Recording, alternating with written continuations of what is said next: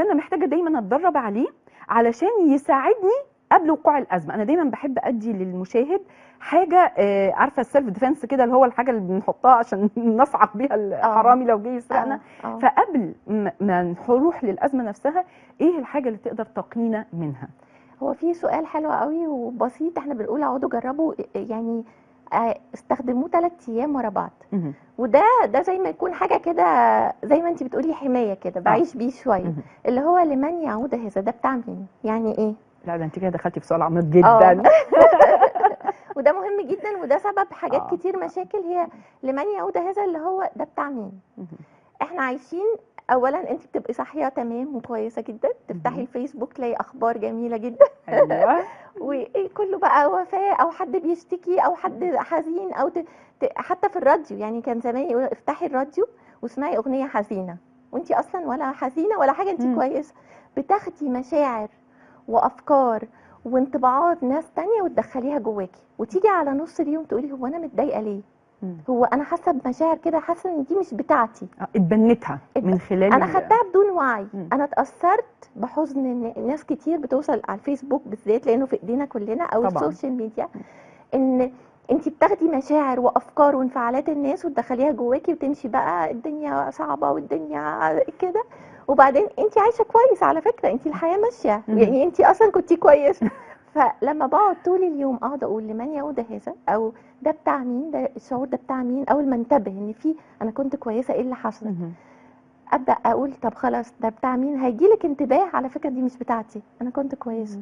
فانا بنوي كده ان انا اشيل كل ده، ارجع كل ده لاصحابه، ده مش بتاعي. يوم بعد يوم، انت لو قعدتي بلمن يعود هذا 3 ايام، بعدها خلاص انت العقل اللاواعي بتاعك بيتدرب ان ما ياخدش حاجه مش بتاعته، هو بيتعلم لوحده، مش محتاجه بعد كده. ايوه بس فعلا يقدر فيما بعد يكون كل ما يكون في مجال، او قاعد في اجتماع مع حد، او قاعد في مجال شغل، او ايا كان، لو بس اتدرب كده يقدر ان هو يفلتر وما ياخدش، ولا هيكون واعي ان حتى اذا اخد هينتبه؟ هي دي النقطه، ان ببقى عندي وعي ان دي بتاعتي، دي مش بتاعتي. ده بتاعي لان ده قال لي كذا، دي حاجه تخصني، لكن دي مش بتاعتي.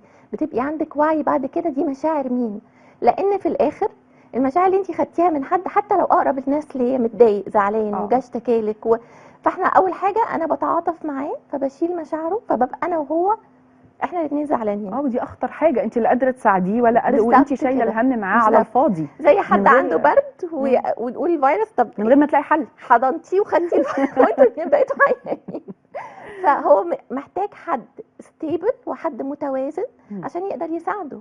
انا مش هستفيد حاجه لما اخد حزنك وافضل انا وانتي زعلانين، انا مش هقدر اساعدك. فالادراك ان دي مشاعر ايمان، دي مشاعري انا، دي مشاعر الناس اللي حواليا، هيخليني ستيبل، هيخليني مدركه ازاي اتعامل مع مشاعري انا، وازاي افصل عن مشاعر الناس اللي حواليا. انا زودت بقى حته كمان على اللقطه دي، لما بادرك وانتبه ان المشاعر دي مش بتاعتي، ببعت اكن من قلبي كده. ده اللي احنا يا جماعه عاوزين دايما نوصل له، ان احنا نبعت من قلبنا طاقه حب لهذا الشخص، دعاء، طاقه فيها حب، فيها طلب سؤال من ربنا سبحانه وتعالى ان هو يشافي هذا الشخص. ان احنا في الاخر كلنا عايشين مع بعض، وبالذات لما بيكون على مستوى اولادنا او ازواجنا او اهالينا، بتبقى الالم القلبي شديد. فحته ان انا اتعلم ان انا اكون متزنه وابعت طاقه تشافي او طاقه حب من قلبي للي قدامي، ده اولى 100,000 مره.